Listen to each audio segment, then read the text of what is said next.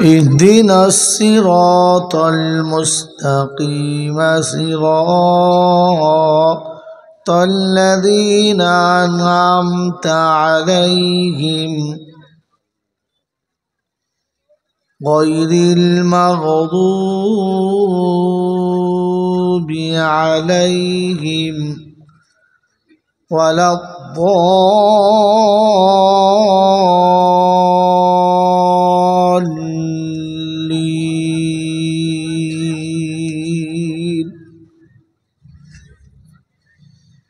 بسم الله الرحمن الرحيم.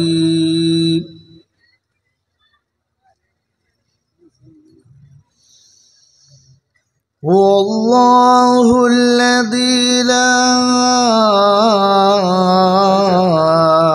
إله إلا هو عالم الغيب والشهادة هو الرحمن الرحيم. هو الله الذي لا إله إلا هو الملك القدوس السلام المؤمن المهيمن العزيز الجبار المتكبر. سبحان الله عما يشركون. هو الله الخالق البارئ المصور له الأسماء الحسنى يسبح له ما في السماوات والأرض وهو العزيز الحكيم. صدق الله العظيم. اللهم صل على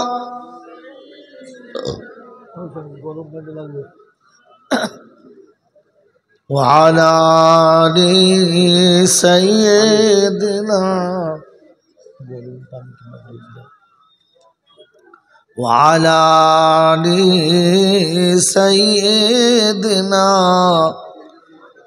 حبيبنا محمد.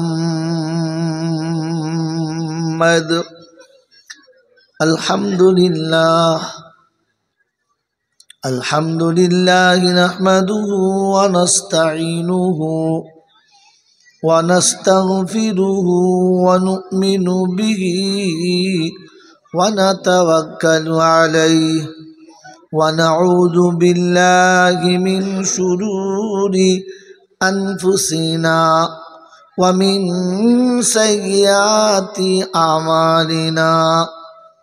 من يهده الله فلا مضل له ومن يضلله فلا هادي له.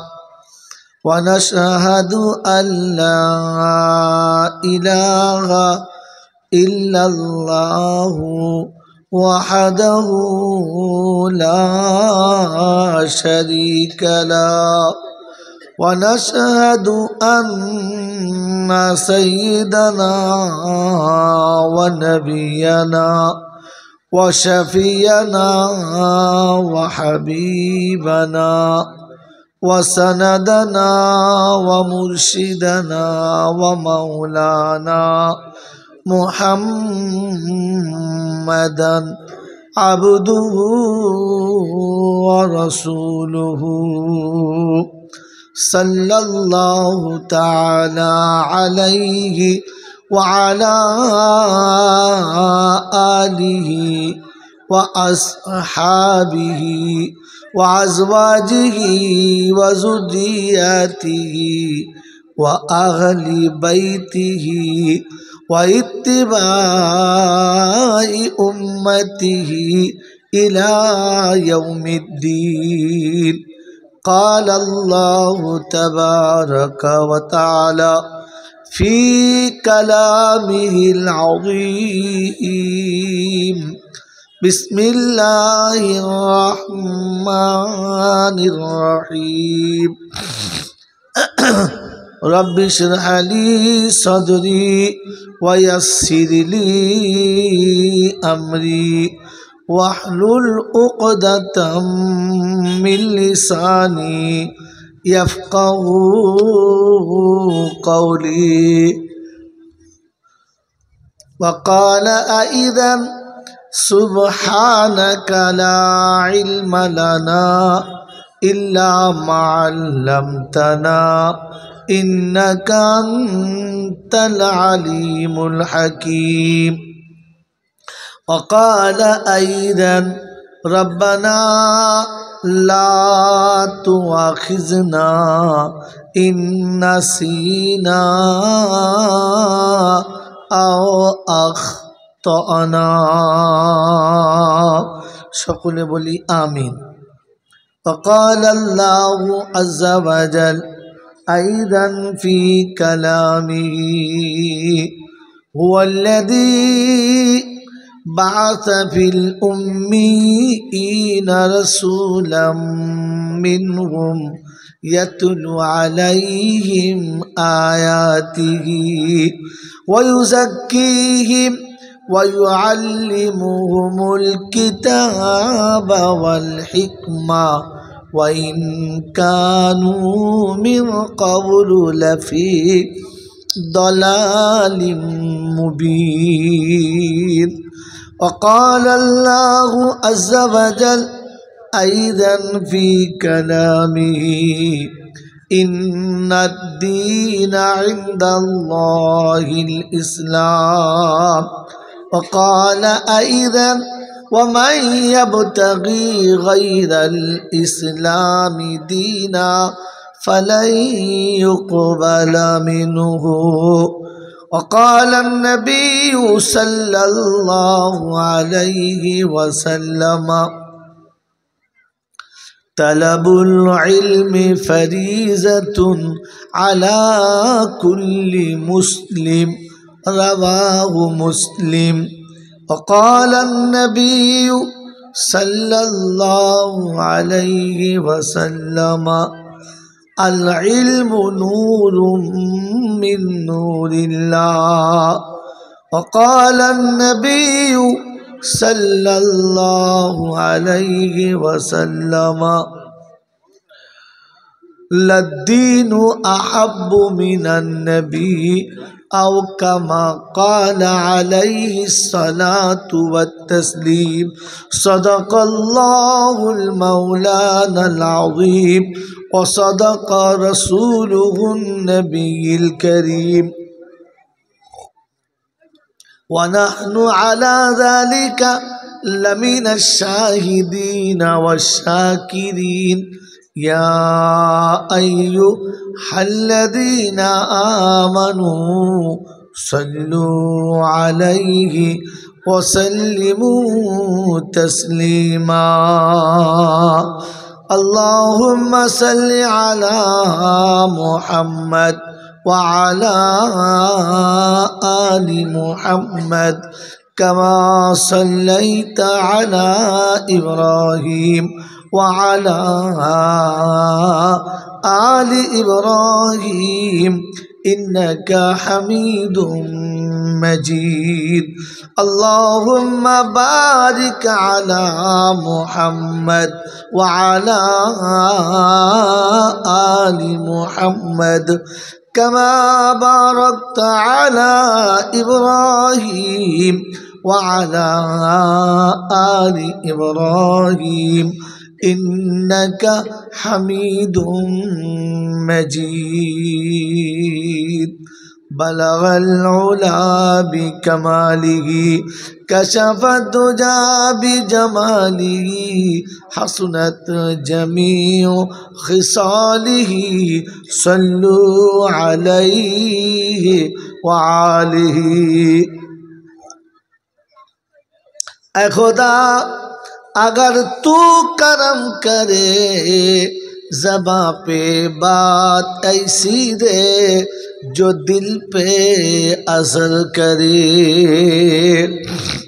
یا صاحب الجمال یا سید البشر من وجه المنیر لقد نور القمر لا يمكن الثنایا کما کانا حقہ بعد از خدا بزرگ تو ہی قصہ مختصر اللہم صلی علی محمد النبی الامی الہاشمی وآلہ وصحبہ وبارک وسلم تسلیما کثیرا کثیرا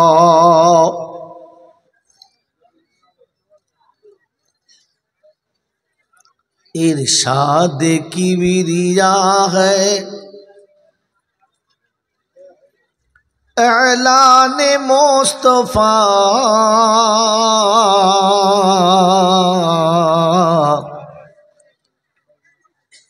وتعز من تشاء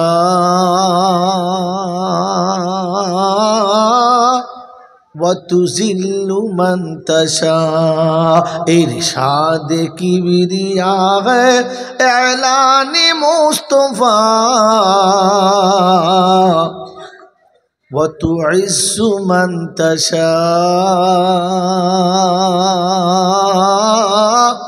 وتذل من تشاء এক খোদাকে মানতে হবে যখন বলেছে মোস্তফা পাথর মেরেছে কেউ বা গালি দিয়েছে সেটা এক খোদাকে মানতে হবে যখন বলেছে মোস্তফা পাথর মেরেছে কেউ বা গালি দিয়েছে সেটা তবু হাসতে হাসতে করেন নবী উম্মতের তরে দোয়া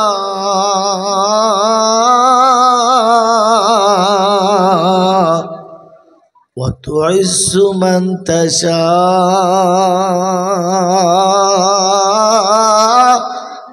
وتذل من تشاء ارشاد کبریا ہے اعلان مصطفیٰ وتعز من تشاء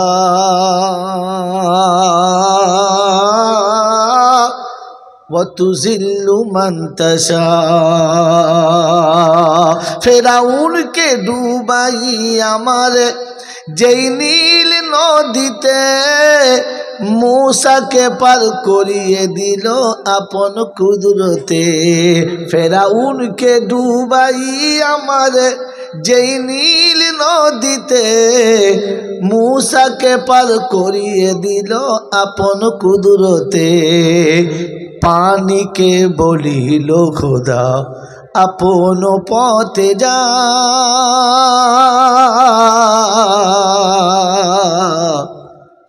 وتعز من تشاء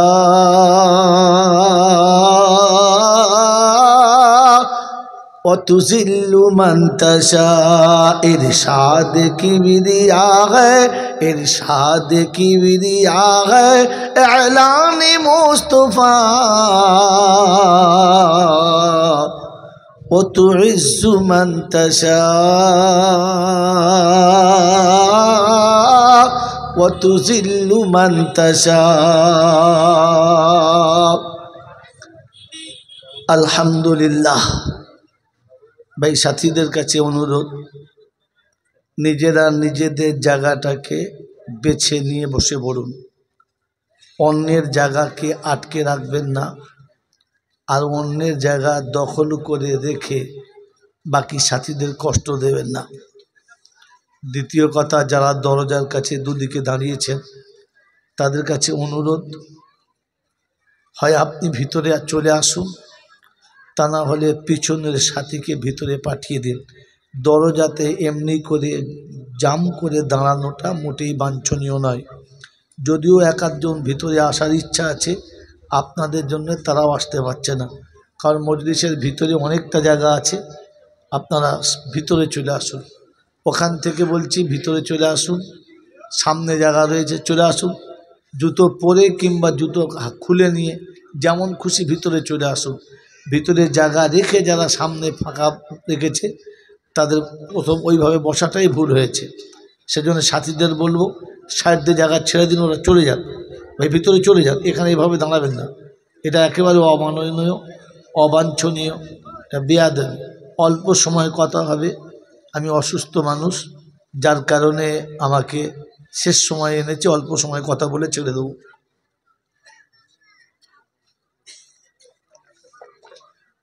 ধরে রাখো, আমি কাছে ধরে রাখো, পড়ে না জন্য। এমনিতেই লাইভে অনেক জায়গায় বলে দিয়েছি, আজকেও বলে দিচ্ছি, কারণ রাত বেশি জাগার মতো আমার আর শারীরিক অবস্থা ভালো নয়। সেজন্য সাথীদের বলছি, এবং গোটা মেদিনীপুর জেলা, সারা পশ্চিমবাংলার লোক শুনছে যে ভাই যারা জলসায় আগামীতে দাওয়াত করবেন তাদের কাছে বলা রইল, 8টা থেকে 10টা, খুব বেশি 11টা, তার বেশি যাওয়ার মতো আমার মানসিকতা নেই। যদি এই টাইমের মধ্যে নিয়ে কথা বলাতে পারেন তাহলে দাওয়াতে নেবেন, আর তা না হলে আমাকে বাদ দেওয়াটাই ভালো। কথা বুঝে এসছে বাবাজি? সেজন্য আল্লাহ যতটুকু বলাবে ততটুকু শোনেন, আর তার উপরে আল্লাহ আমাকে আমল করাক, আপনাদের আমল করাক, সকলে বলে আল্লাহুম্মা আমিন। আলহামদুলিল্লাহ, আল্লাহ পাকের লাখো শুকরিয়া, তিনি আমাদেরকে এমন এক শীতের রাতে ভালোবাসার মানুষ আর সঞ্চিত সম্পদ সবগুলোকে ছেড়ে রেখে আরামের বিছানা ত্যাগ করে এরকম ফাঁকা মাঠে শয়তানের সাথে দুশ্মনী করে, রহমানের সঙ্গে বন্ধুত্ব করে, ফেরেশতাদের সাথে সাথ দিয়ে জান্নাতের বাগানে কিছু সময় অতিবাহিত করার সুযোগ পেলাম, আর সেটাকে সদ্ব্যবহার করতে পারলাম। এজন্যে মুক্ত কণ্ঠে কৃতজ্ঞতা স্বীকার করে বলি আলহামদুলিল্লাহ। সত্যি প্রশংসার একমাত্র মালিক হলো আল্লাহ। সত্যি প্রশংসার একমাত্র মালিক হলো আল্লাহ। তিনি ছিলেন, তিনি আছেন, তিনি থাকবেন। আমরা যারা এখানে বসেছি আমরা কেউ ছিলাম না আর কেউ থাকবো না। তার কাছেই যেতে হবে, তার কাছেই যেতে হবে।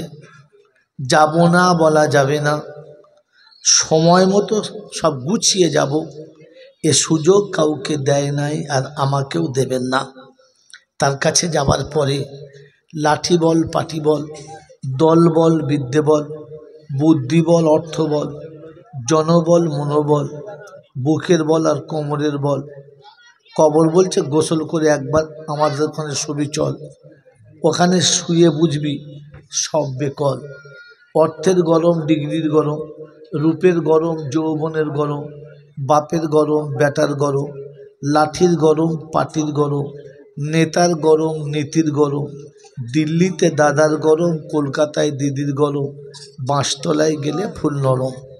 ওখানে নরম হলে রেহাই, গরম হলে পেটাই। সিস্টেম দুটো, তৃতীয় কোনো সিস্টেম নাই। এই ক্ষমতার যিনি একাই মালিক তিনি হলেন আল্লাহ, তিনি হলেন আল্লাহ।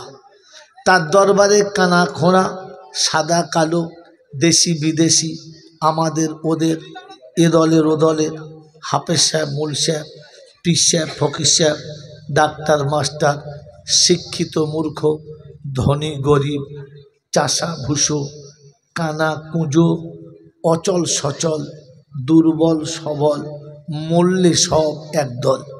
হানাফি সাফি, মালিকি হাম্বালি, কাদরিয়া চিস্তিয়া, মোজাদ্দেদিয়া নকশবন্দিয়া, দেওবন্দ ফুরফুরা, তবলিগ হেজবুল্লাহ, আজানগাছি হাক্কানি কাদিয়ানি, তালতলা নারকলডাঙ্গা, পাথরচাবড়ি পিয়ারডাঙ্গা, মরে গেলেই কবরডাঙ্গা। আর কোনো ডাঙা নেই। হিন্দু মুসলমান জৈন খ্রিস্টান বেঈমান কিংবা নাফরমান মরলে তখন সব সমান সমান, তখন একটাই নাম লাশ। আর ফেরেশতারা বলছে যাচ্ছিস যা, তবে দেখে যাস আগে চলে গেছে আচাচা বাঁশ। যদি থাকে তোর কাছে আমল তাহলে যাস, আর তা নাহলে ওখানে গেলে কিন্তু বাঁশ। এই ক্ষমতার যিনি একাই মালিক তিনি হলেন আল্লাহ। তিনি হলেন, জোরে বলেন আল্লাহ। তিনি হলেন আল্লাহ।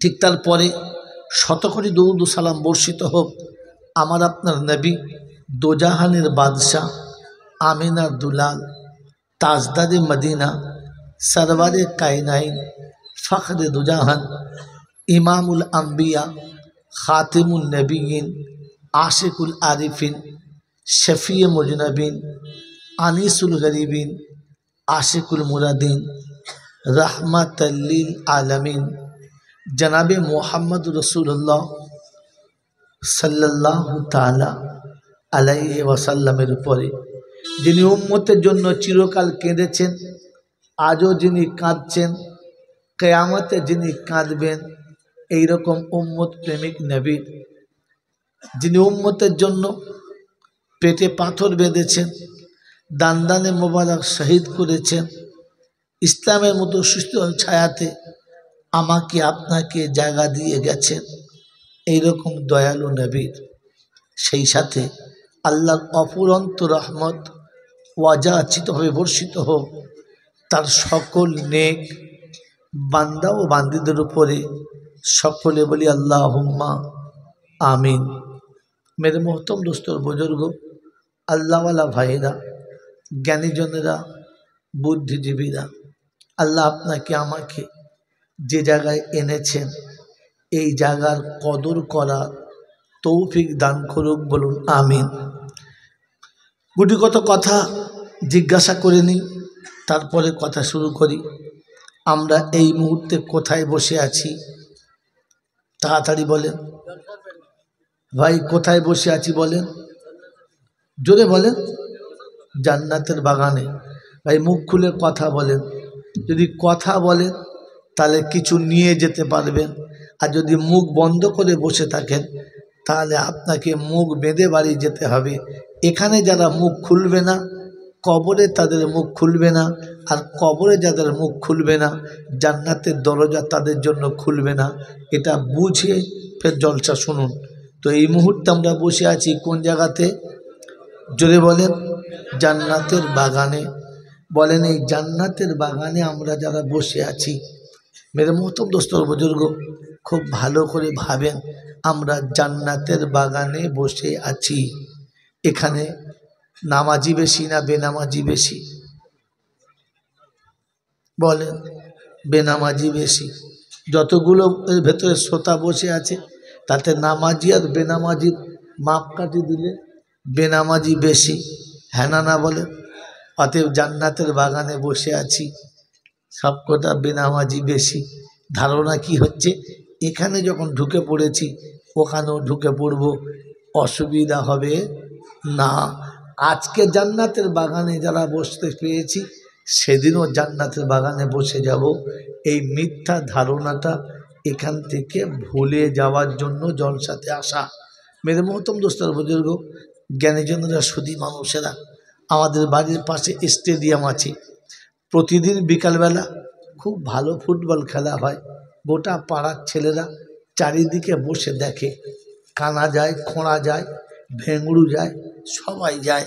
নারীতে যায়, পুরুষে যায়, দেশের লোক যায়, বিদেশের লোকেরা যায়, হিন্দু যায়, মুসলমান যায়, ছোটরা যায়, বড়রা যায়, সবাই বসে গ্যালারিতে খেলা দেখে। কিন্তু মেরে মোহতম দোস্তর বুজুর্গ, সবাই জানে আমাদের গ্রামের মাঠ আর আমাদের পাড়ার ছেলেরা খেলে, বাইরের টিম খেলতে আসে, অতএব সবাই দেখতে যায়। যেদিন যেদিন একাদশের টিমের খেলা হবে, যেদিন কলকাতা থেকে বড় বড় টিম আসবে আর ফাইনাল খেলা হবে, সেদিন দেখবেন গেট বন্ধ। সবাই খেলা শুরু টাইম হয়ে গেছে, মাইকিং চলছে, ভাই খেলা শুরু হয়ে গেছে, রেফরি মাঠে নেমে গেছে, হুইসেল পড়ছে, চারিদিকে মানুষ টিম টিম করছে, যে আসছে দেখে গেট বন্ধ, ভাই খুলুন খেলা দেখবো, বলছেন না খেলা দেখো হবে না। বলে কেন? বলে টিকিট লাগবে। বলে দেখ, প্রতিদিন সকালবেলা সন্ধেবেলা আসি, সবাই মিলে খেলা দেখি, ছেলে মেয়ে বুড়ো মিলে সবাই দেখি, চলো আজকে ঢুকবো। তো সেদিন দরজার গার্ড বলবে যা করেছো করেছো, ওটা তোমাদের জন্য ঠিক ছিল, আজকের কিন্তু বিনা টিকিটে ঢুকতে দেওয়া হবে? জোরে বলেন, হবে না। মেরে মহতম দোস্ত বুজুর্গ জ্ঞানীজন সুধী মানুষেরা, আপনাকে সারা বছর বিনা টিকিটে খেলা দেখিয়ে দেখিয়ে খেলার লোভ ধরিয়ে দিয়েছে। খেলা না দেখলে থাকতে পারবেন না, আপনার মাথায় নেশা ঢুকে গেছে। এখন আপনাকে ওই মাঠটাতেই ঢুকতে গেলে এখন বিনা টিকিটে ঢোকা যাবে? এই আমার চাবে, এই চুপ করে বসুন আর যাও, যাও ওখান থেকে যাও।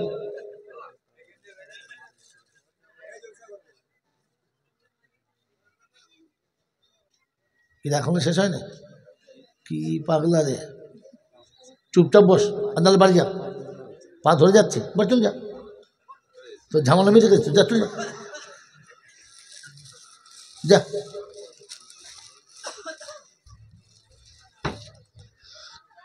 মেরে মোহতম দোস্তর বুজুর্গ, আল্লাহওয়ালা ভাইরা, জ্ঞানীজনরা, সুধী মানুষেরা, শোনাচ্ছিলাম যে বিনা টিকিটে সেদিন আর ঢুকতে দেবে? যদি বলেন মেরে মোহতম দোস্তর বুজুর্গ, জ্ঞানীজনরা, সুধী মানুষেরা, কার বাড়ির বৌমা, কার বাড়ির ছেলে, কাদের বাড়ির জামাই, এ কোন সম্পর্কে কার কি হয়, এটা গেটম্যান দেখবে না। গেটম্যান দেখবে যে হাতে টিকিট আছে কি না। মেরে মোহতম দোস্তর বুজুর্গ, এই জন্যে আজকে জান্নাতের বাগানে নামাজি ঢুকেছি, বেনামাজি ঢুকেছি, সুদখোর ঢুকেছি, মদখোর ঢুকেছি, লটারির টিকিট কাটে সে মালও ঢুকেছি। হ্যাঁ না বলে, মাঝে মাঝে একটু করে দম দেয়, ও মালও ঢুকেছে, ঢুকেছে না? হ্যাঁ, সব রকম ঢুকেছে। যে বউ ছেড়ে দিয়েছে সেও ঢুকেছে, যে বিয়ে করে বউ তাড়িয়ে দিয়েছে সে মালও ঢুকেছে, আর যে মোটেই বিয়ে করে নাই প্রতিদিন নতুন নতুন বউলে শোয় সে মালও ঢুকেছে। কারণ আজকে টিকিট লাগবে, জোরে মানে লাগবে। এই লোভ ধরিয়ে আপনাকে বোঝানো হয়েছে একদিন অরিজিনাল জান্নাতে প্রবেশ করাবে, সেদিন কিন্তু আপনার টিকিট ছাড়া ঢুকতে দেওয়া হবে না। মেরে মহতম দোস্তর বুজুর্গ, ওই জান্নাতের গেট পর্যন্ত আপনি যেতে পাবেন। যেমন স্টেডিয়ামের গেট পর্যন্ত আপনি যেতে পেরেছেন, ভিতরে যেতে পাবেন না, তো আপনি জান্নাতের গেট পর্যন্ত যেতে পাবেন, ভিতরে যাওয়া হবে? যদি বলেন না। যত ভালো কাজ করেন, যত ভালো কাজ করেন, যত দামি কাজ করেন, যত নেক কাজ করেন, আর যা কিছু করেন করেন, কিন্তু আপনাকে ভিতরে যাওয়া হবে না। ধরে নিন একটা গল্প, আর 1 মিনিট শুনে নেন, তারপর কোরআন হাদিস শোনাবো। মেরে মোহতম দোস্তর বুজুর্গ, এখন বেগুনিয়ার এই মাঠ গ্রামের 2টো ছেলে কি 3টে ছেলে একদিন মনে মনে করছে মাধ্যমিক পরীক্ষা দিয়ে ছুটি হয়েছে, চল কলকাতা ঘুরে আসি। খালি শুনি কলকাতা কলকাতা, তা চল ঘুরে আসি। 2জন কলকাতায় গেছে, কলকাতা 3জন একসঙ্গে কলকাতায় গেছে। কলকাতায় গিয়ে এখান থেকে বাসে চেপে সোজা দক্ষিণেশ্বরে নেমেছে। দক্ষিণেশ্বর মন্দির থেকে শুরু করে একেবারে আলিয়া বিশ্ববিদ্যালয় আর এয়ারপোর্ট আর যত রকমের কলকাতায় চিড়িয়াখানা, সুসাইড, যা কিছু দেখাচ্ছিল সারা দিন দেখেছে। দেখতে দেখতে দেখতে দেখতে সন্ধ্যে 6:30 হয়ে গেছে। এবারে বাড়ি ফিরবে, এরকম একটা সময় তুমুল ঝড়, যেমনি ঝড় আর তেমনি বৃষ্টি। বৃষ্টিতে আর ঝড়েতে দাঁড়াবার জায়গা পায় নাই, এক জায়গায় দাঁড়িয়েছে, মাথাটা হয়তো কোনো রকমের শুকনো আছে, গোটা বডিটা ঝড়ে ভিজে গেছে। বৃষ্টি যখন শেষ তখন রাত্রি প্রায় 8টা, 8:30 বেজে গেছে। পকেটের পয়সাও ফুরিয়ে গেছে, বাড়ি আসার গাড়িও শেষ হয়ে গেছে। এখন ভিজে গেছে, আর এই শীতের সময় থরথর করে কাঁপছে, আর চিন্তা করছে আজ রাতে আর যাওয়া যাবে না, চল কোথাও গিয়ে একটু দাঁড়াই, একটু আরাম করি, তারপর সকালে যা হবে তাই হবে। এবার যেখানে যায় দেখে গেট বন্ধ। এটা তো আছেই বেগুনিয়া নয়, এটা তো আর বেগুনিয়া নয় যে পাড়া গ্রাম, গেলেই কেউ না কেউ থাকবে, ডাকবে, ডাকে তো সাড়া দেয় না, আর যায় তো দরজা বন্ধ, কেউ কোনো জায়গা দিচ্ছে না, আর যেখানে যায় লোকে তাড়িয়ে দেয়। তখন চিন্তা করছে দাঁড়া, এই ছোটোখাটো বাড়িতে গেলে হবে না, চল তাহলে বড় দেখে বাড়ি যাই। দেখ কলকাতার ভিতরে একেবারে ধর্মতলার পাশে যে নিউ বিল্ডিং হয়েছে 120 তলা, ওই 120 তলার বিল্ডিংয়ের কাছে চলে গেছে। চিন্তা করছে অনেক বড় ঘর তো, নিশ্চয়ই একটা ঘর ফাঁকা থাকবে। গিয়ে গেটে যেমনি আওয়াজ দিয়েছে, একজন মানুষ একেবারে বয়স্ক থরথর করে কাঁপছে, বেশ লাঠি হাতে করেছে, বলছে কে? বলছে চাচা। এই তো চিন্তা করছে শালা আমার জীবনে মায়ের পেটের ভাই নেই, ভাইপো করতে গেল, চাচা হয়ে গেলাম কি করে? চাচা বলে কে? কোথায় বাড়ি? বলে চাচা বুঝতে পারছো না, আমাদের বেগুনিয়ায় বাড়ি, আর লোকটা ড্যাবরায় বাড়ি। তো চিন্তা করছে শালা তুই কার ছেলে রে? বলছে অমুকের ছেলে। এখানে কি হতে এসছিস? বলছে চাচা কলকাতা দেখতে এসেছিলাম তো ফেঁসে গেছি, পুরো ভিজে গেছি, আজ রাতটা তোমার কাছে একটু থাকতে দাও, সকালবেলা চলে যাব, তুমি তো আমাদের দেশের লোক। তো বলছে যে বাবা এখানে থাকা হবে না। বলছি তোমার মন এত ছোটো কেন? এতগুলো ঘর, একটা ঘর একটু দেওয়া যায় না? বলছে তোর বাবার ঘর? তোর বাবারও ঘর নয়, আমার বাবারও ঘর নাই, আমি এখানে আছি। তা তোরা দেশের ছেলে বিপদে পড়েছিস, কি করি বলদিনি? ঘর একটা আছে কিন্তু অসুবিধা। বলে কি? বলে সেই উপরে আছে। বলে যেখানে হলেই হবে, কোনোভাবে রাতটা কাটাই। বলে ঠিক আছে, তবে যা একদম ছাদের উপর গিয়ে দেখবি তার ছোট্ট ঘর আছে সুন্দর, ওই ঘরটা থাকবি। বলে হ্যাঁ ঠিক আছে চলো। কতলা বললাম? 120 তলা। কত? 120 তলা। মেরে মতন দোস্তর বুজুর্গ তো এত ভিজে গেছে, রাত হয়ে গেছে, শীতে রাতে কষ্ট হচ্ছে। তো চিন্তা করছি 120 তলা কি আর চাপা যায়? লিফটও বন্ধ হয়ে গেছে, এখন সিঁড়ি দিয়ে চাপতে হবে। হাঁটতে হাঁটতে পা বিরক্ত লেগে গেছে।